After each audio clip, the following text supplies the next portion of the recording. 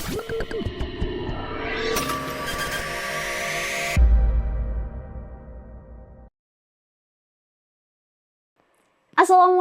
warahmatullahi wabarakatuh.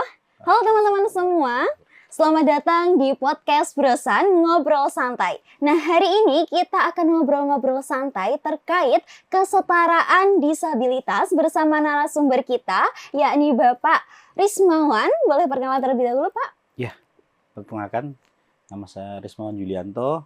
Saat ini saya sebagai Ketua Forum Komunikasi Disabilitas Kabupaten Kudus, Mbak.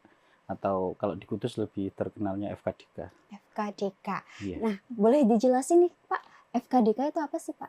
FKDK lahir tahun 2014, Mbak. Iya. Bulan November. Berarti tahun ini kita udah masuk 10 tahun, Mbak. Di bulan November ini, dan FKDK lahir dari sebuah keprihatinan kami terkait banyaknya diskriminasi yang sering dialami oleh teman-teman disabilitas. Hak-hak kami sebagai seorang penyandang disabilitas sering diabaikan. Nah, awal mula dari keprihatinan kami itu, akhirnya kita berkumpul. Tadinya kita 5 orang, Mbak. Kita tadinya 5 orang dari komunitas sepeda motor, udah 3 sebenarnya kita, Mbak, dulu dari kita kumpul gitu. Terus saya berpikiran, ini kalau kita komunitas sepeda motor roda 3, kita tidak ada manfaatnya untuk teman-teman. Kita tidak bisa memperjuangkan hak-hak teman-teman difabel yang ada di Kudus gitu. Akhirnya kita sepakat bikin sebuah komunitas resmi sebagai bahan pergerakan kita untuk mengedukasi stakeholder yang ada di Kabupaten Kudus, masyarakat umum di Kabupaten Kudus terkait penghapusan diskriminasi itu tadi, terus pemenuhan hak-hak penyandang disabilitas yang ada di Kabupaten Kudus.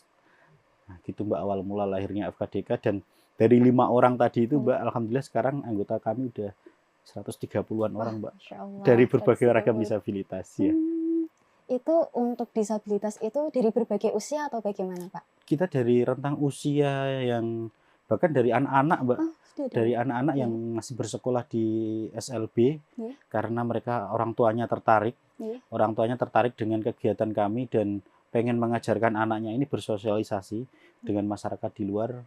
Nah, dari rentang usia berarti usia sekolah, kalau nggak salah itu sampai usia ada yang 60 tahun, Mbak. Wah, iya, tapi emang kebanyakan yang masih usia produktif sih, Mbak. Gitu. Kalau untuk di FKDK itu ada struktur keorganisasiannya itu nggak sih, Pak? Ada, Mbak.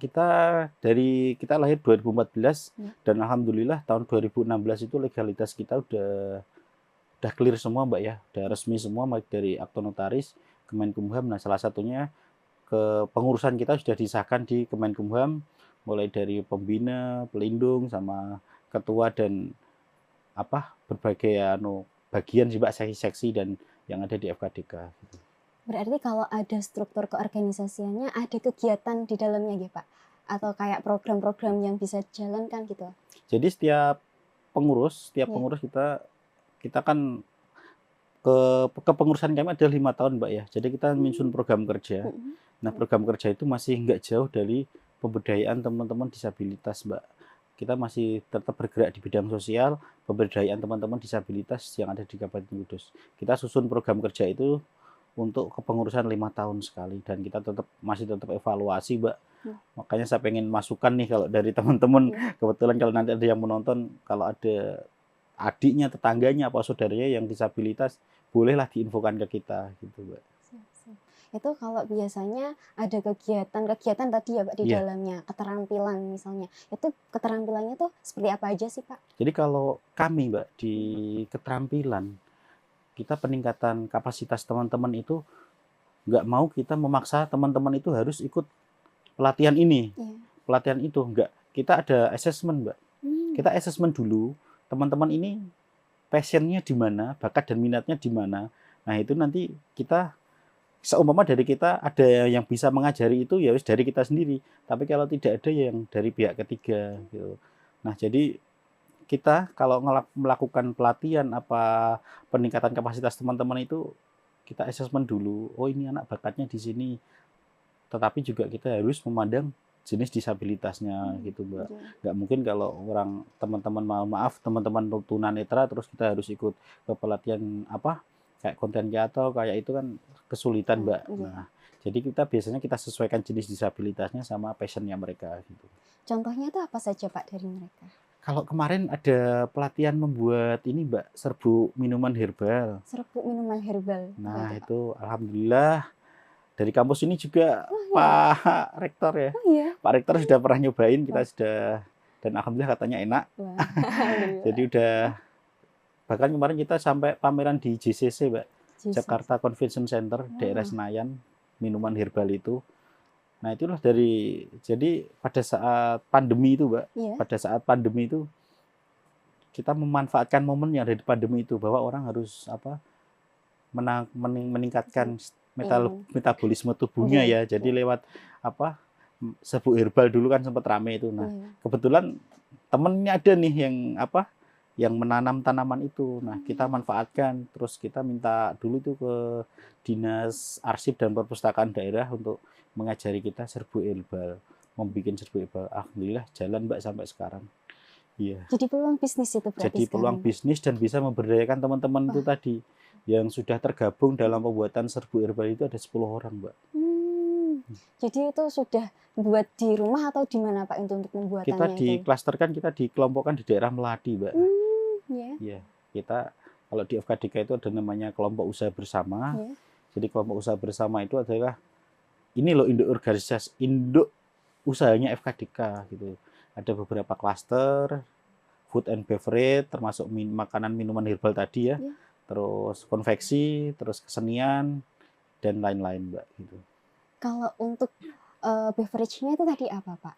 Food beverage-nya di samping tadi yang serbuk herbal itu tadi ya Mbak ya. Kita ada, nah kebetulan juga nih kemarin kita ada pelatihan yang difasilitasi sama BLK Kabupaten Kudus. Pelatihannya itu kayak cateringan gitu loh Mbak. Kayak cateringan gitu dan alhamdulillah jalan Mbak malah. Jalan dan kita sudah sampai nembus ke salah satu rumah sakit yang ada di Kudus. Kita pakai cateringan kita sekarang. Berarti masih berjalan sampai sekarang. Masih berjalan sampai sekarang. Dan itu banyak usahanya yang masih berjalan hingga sekarang. Yang harapan saya memang gitu Mbak. Jadi masyarakat umum bisa memanfaatkan produk yang kita hasilkan gitu. Karena ternyata kita nggak kalah loh Mbak gitu hasilnya daripada yang lain gitu. Kalau untuk nama cateringnya itu tadi apa Pak? Nama cateringnya masih di Kubo Divaku Mbak. Kita masih nama Kubo Divaku. Semua bahkan food and beverage-nya kita pakai nama Kubo Divaku. Kepanjangan dari kelompok usaha bersama Difabel Kudus. Ya. Dan kita juga udah ya mau nggak mau kita nggak memungkiri ya Mbak ya bahwa sekarang eranya digital ya Mbak ya. Kita kemarin teman-teman tak latih untuk digital marketing. Minimal bisa berjualan di marketplace gitu Mbak. Berarti ada pelatihan digital marketing ya Pak? Iya, salah satunya itu. Dan mau nggak mau kan kita harus dipaksa nih Mbak. Di samping kita berjualan secara konvensional, kita harus bisa berjualan lewat platform digital gitu. Platformnya itu apa aja Pak? Kita ada di, boleh disebutkan ini Mbak, ada di Shopee, kita Tokopedia juga. Tapi memang kebanyakan dari media sosial kami sih Mbak, lewat Instagram sama Facebook gitu. Kalau untuk nama Instagram dan Facebooknya kita apa? Ya nanti bisa dibuka di Kubo Divaku. Divaku. Ada ya, nanti muncul lah di situ ada berbagai display produk-produk teman-teman disabilitas. Gitu. Boleh nih Pak sekalian promosi untuk produk-produknya tadi nih Pak. Oh, untuk produk-produknya jadi serbuk herbal Mbak. Kita mulai dari serbuk herbal dulu ya. Kita ada beberapa varian. Ada jahe merah, serbuk jahe merah. Terus ada kencur, ada kunyit asam juga kita ada. Nah, sama kalau untuk tepung kerut itu Mbak. Nah, kita produksi itu juga. Jadi untuk kalau kita percaya bahwa tepung kerut itu bisa untuk asam lambung ya Mbak ya, untuk menyembuhkan asam lambung. Terus yang ada tas juga Mbak, kita ada kerajinan tas. Kerajinan tas, jadi kita produksi itu sekitar 5 orang anggota kami yang memproduksi tas dan alhamdulillah lagi nih Mbak. Dan salah satu produk yang teman-teman pengrajin tas ini hasilkan adalah tas kurir Mbak. Jadi salah satu ekspedisi di nasional, semua kurirnya di seluruh Indonesia pakai tas kita Mbak. Itu teman-teman disabilitas itu ada daerah Kesambi yang memproduksi. Rumah saya Kesambi Pak. Iya, itu yang menghasilkan beliau dan alhamdulillah dipercaya juga sering Mbak. kemarin pas pandemi itu kita dari perusahaan juga di Kudus bikin masker dan lain-lain. Terus yang ada lagi dari limbah kayu, Mbak. Limbah kayu itu dari limbah kayu yang tadinya nggak berharga, tapi sama temen di daerah Kuto Undaan itu dipahat menjadi relief wajah gitu, Mbak. Dan itu bahkan sampai Pak Kapolri kemarin pesan, Mbak, untuk relief wajahnya dipahat sama teman difabel yang ada di Kuto itu. Wah, berarti benar-benar banyak dan sudah mencapai di Kapolri ya Pak ya, sudah sampai di mana-mana. Kalau boleh tahu untuk pemasaran produknya itu sudah sampai mana aja sih Pak? Kalau untuk lewat marketplace kita udah hampir seluruh Indonesia ya Mbak ya marketplace-nya. Terus kita memanfaatkan event-event kayak kemarin di UMKM Expo yang di alun-alun, kita ada stand di situ kemarin. Terus sudah mulai dikenal juga kemarin pada saat di JCC Senayan itu Mbak. Itu kebetulan seluruh Indonesia yang hadir. Jadi ya semakin kita pengen mengenalkan produk teman-teman disabilitas itu. Tapi ya, kita berharapnya jangan melihat produk ini dihasilkan oleh siapa. Coba dinilai kualitas produk ini bisa enggak gitu. Dan ternyata produk kita juga nggak kalah dengan masyarakat umum lah. Betul. Gitu, Mbak. Bahwa penyandang disabilitas juga memiliki keterampilan dan kreativitas yang benar-benar bisa nih untuk kita tuh setara antara dengan manusia-manusia yang normal-normal seperti kita. Tapi dengan hal inilah nih untuk teman-teman boleh banget langsung aja nih di order, dan buat kalian jangan pernah ngerasa minder atau apapun, karena kita sama manusia itu setara antara di pemerintahan ataupun bagi Allah, bahwa manusia itu tingkatnya itu setara, jadi tidak ada perbedaan antara manusia dengan yang lainnya. Ya, seperti slogan kita ya Mbak ya. Apa tuh, Pak? Kalau slogan di kami itu memang Difabel Kudus, berkarya, berdaya, dan setara. Nah, setara. Jadi slogan kami itu gitu Mbak. Jangan lupa diorder nih ya teman-teman ya. Nah, berbicara terkait kesetaraan tadi ya Pak, sudah memenuhi kesetaraan nggak sih Pak menurut Bapak di FKDK itu Pak dengan kota kita yang saat ini Pak? Ya, kalau saya bilang Mbak, harapan kami, mimpi besar kami untuk kota yang kita cintai ini, kota Kudus ini menjadi kota yang inklusif, kota yang ramah disabilitas, masih jauh dari kata kota yang ramah disabilitas. Dengan indikasinya apa? Kalau kita perhatikan, akses publik yang ada di Kabupaten Kudus masih jauh dari kata layak untuk penyandang disabilitas. Kalau kita perhatikan trotoar-trotoar, apakah bisa dilalui untuk teman-teman disabilitas? Dan beberapa gedung, baik itu gedung pemerintahan, gedung publik, masih memakai tangga. Gedung pelayanan publik, bahkan gedung yang ada di mungkin kelurahan, kecamatan, itu kan sebagai apa? Pelayanan publik utama ya Mbak ya, itu masih pakai tangga. Nah itu sangat menyulitkan untuk bagi kami teman-teman yang mungkin kalau saya pakai tongkat, oke lah. Kalau teman-teman berkursi roda ini sangat. Nah itu salah satu diskriminasi menurut kami, termasuk hak akses ini nggak diberikan kepada teman-teman itu. Nah selanjutnya terkait hak pendidikan ya Mbak ya. Jadi kalau ada beberapa kasus yang pernah kita pendampingan Mbak, bahwa kasus bahwa ada anak ini sekolah di salah satu SD negeri di Kabupaten Kudus, karena dia termasuknya itu speech delay, Mbak. Jadi termasuk anak berkebutuhan khusus. Nah, dari pihak sekolah itu mau dibantarkan ke SLB. Nah, orang tuanya ini nggak mau gitu kan. Kalau di SLB kan berarti nanti pandangannya, oh anak ini difabel gitu kan. Orang tuanya nggak mau. Nah, setelah kita kasih pendampingan, ke baik orang tuanya maupun ke pihak sekolahnya, akhirnya sampai sekarang ya masih di sekolah masih di sekolah SD itu tadi, karena ternyata anak ini masih bisa mengikuti pelajaran yang ini gitu. Jadi kalau saya bilang apa yang ada di Undang-Undang Nomor 8 Tahun 2016 tentang penyandang disabilitas, serta ada aturan turunannya Mbak, Perda Disabilitas Kabupaten Kudus Nomor 10 Tahun 2021, bahwa hak pekerjaan juga belum diakomodasi di Kabupaten Kudus. Bahwa untuk perusahaan kayak perusahaan yang swasta itu, Mbak, harusnya memperkerjakan 1% dari jumlah pekerja itu harus ada pekerja disabilitas.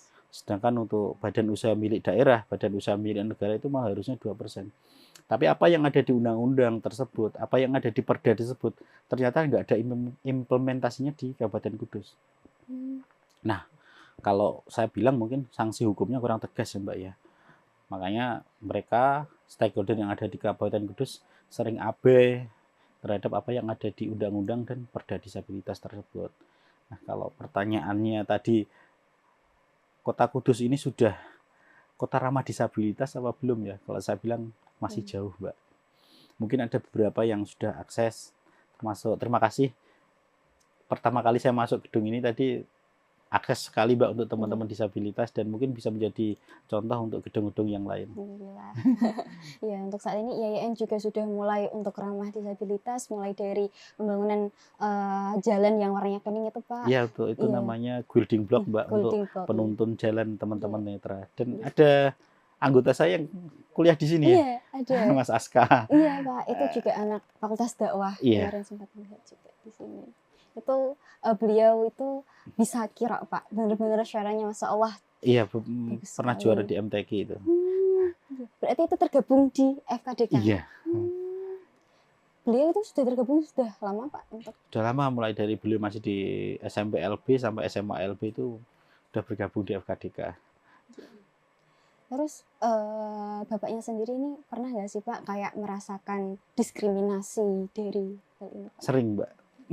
Bahkan dulu saya sempat nangis, saya sempat menyalahkan keadaan sampai menyalahkan Tuhan, menyalahkan Gusti Allah, kenapa saya lahir seperti ini. Pada saat itu saya lagi jalan Mbak, pakai tongkat gitu kan.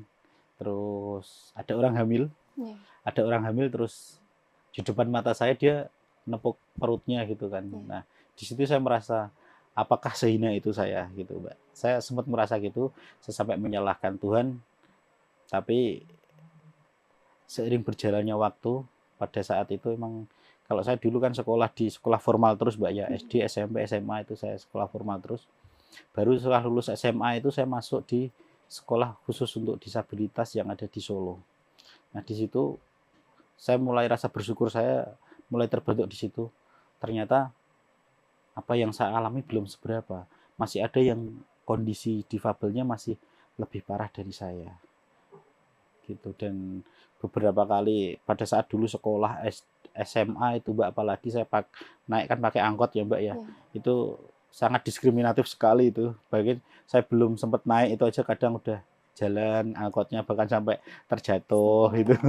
Nah, terkadang sampai segitulah. Tapi nggak apa-apa, saya anggap itu perjalanan hidup saya, pengalaman hidup saya, dan apa yang saya alami, saya mau ajarkan sama teman-teman. Gimana kita harus bersikap, gimana kita harus bersosialisasi dengan orang lain gitu Mbak. Dan sekarang Bapak yang dulu diperlakukan seperti ini sudah menjadi ketua dari FKDK, benar-benar Masya Allah luar biasa banget, pengalamannya juga sudah luar biasa banget ya Pak ya. Terus hal-hal apa sih yang Bapak inginkan untuk bisa mencapai di titik kesetaraan disabilitas itu Pak? Kesetaraan bahwa apa yang ada di undang-undang tersebut dengan jelas ya Mbak ya, bahwa ada 21 hak yang harus pemerintah daerah itu, termasuk stakeholder, pemerintah dan lain-lain, itu harus diwujudkan hak-hak itu ya Mbak ya. Nah, terkait kesetaraan itu, bahwa kita mengedukasi stakeholder tersebut terkait pemenuhan hak dan pemenuhan hak penyandang disabilitas itu tadi ya Mbak ya, bahwa kita sama, kita setara. Yang membedakan kita adalah fisiknya aja, tapi otak kita, mungkin pemikiran kita sama ya Mbak. Dan mungkin banyak kok teman-teman disabilitas yang lebih berhasil dari orang ini. Bahkan teman saya ada yang sekarang S3 di Australia, Mbak. Jadi dosen di Universitas Brawijaya.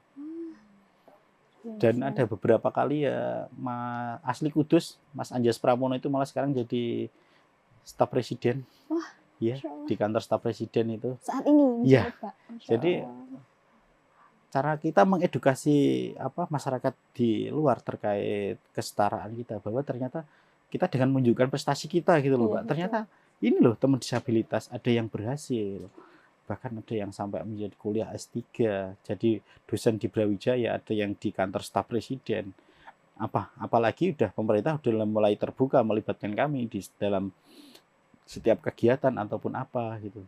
Mulai diangkatnya staf khusus presiden untuk disabilitas kan indikasi bahwa pemerintah sudah mulai terbuka untuk melibatkan kami di setiap pembangunan di Indonesia, gitu, Mbak. Kalau untuk harapan Bapak nih ke depannya terkait adanya kesetaraan ini, itu bagaimana Pak?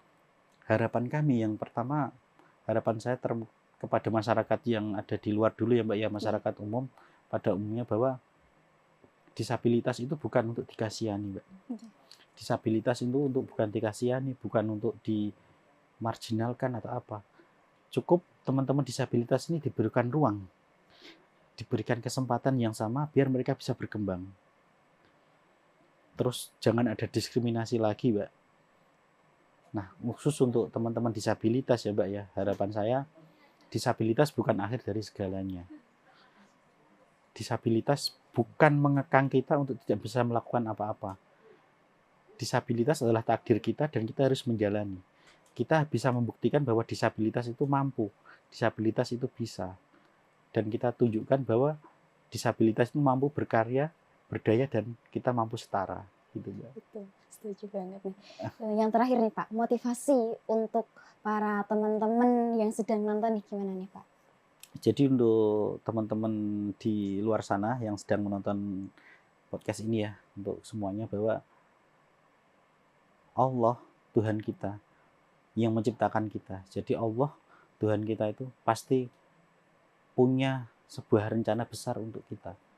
Entah itu kita terlahir sempurna, ataukah entah itu kita terlahir sebagai penyandang disabilitas. Yang penting pertama kali adalah penerimaan terhadap diri kita sendiri. Dan perbanyak bersyukur, dan yang penting kita tetap berpikiran positif. Insya Allah nanti akan mengalir, Mbak, berhasil dengan sendirinya. Gitu, Mbak. Terima kasih Bapak. Nah, itu tadi ngobrol-ngobrol santai kita. Selanjutnya nih Pak, untuk soal tadi terkait pemasaran nih Pak, selain produk-produknya itu tadi, ada nggak sih Pak produk-produk yang lain yang memang sekarang sedang dikembangkan Pak? Produk-produk yang kami kembangkan ya di samping ini ya Mbak ya, jadi kita mau nggak mau harus mengikuti perkembangan zaman. Apa yang up to date sekarang itu ya kita harus mau, kayak model tas itu jadi kita pengembangan produknya di situ. Terus untuk terkait yang herbal tadi, mau nggak mau kita harus menampilkan produk ini yang eye catching atau yang mudah diingat, minimal menarik dulu lah dari segi kemasan itu Mbak. Itu yang kita kembangkan, jadi segi kemasan produk dulu kalau sekarang. Nah, untuk teman-teman jangan lupa ya untuk beli produk-produk dari FKDK ini, apalagi sudah tersedia di berbagai marketplace. Nah, untuk itu kita akhiri ngobrol-ngobrol kita pada hari ini. Terima kasih untuk Bapak Rismawan yang sudah meluangkan waktu dihadir pada podcast Brosan kita. Mohon maaf apabila terdapat kesalahan dalam perkataan maupun perbuatan. Sampai jumpa di podcast Brosan selanjutnya. Wassalamualaikum warahmatullahi wabarakatuh. Kudus inklusi, Mbak. Kudus inklusi.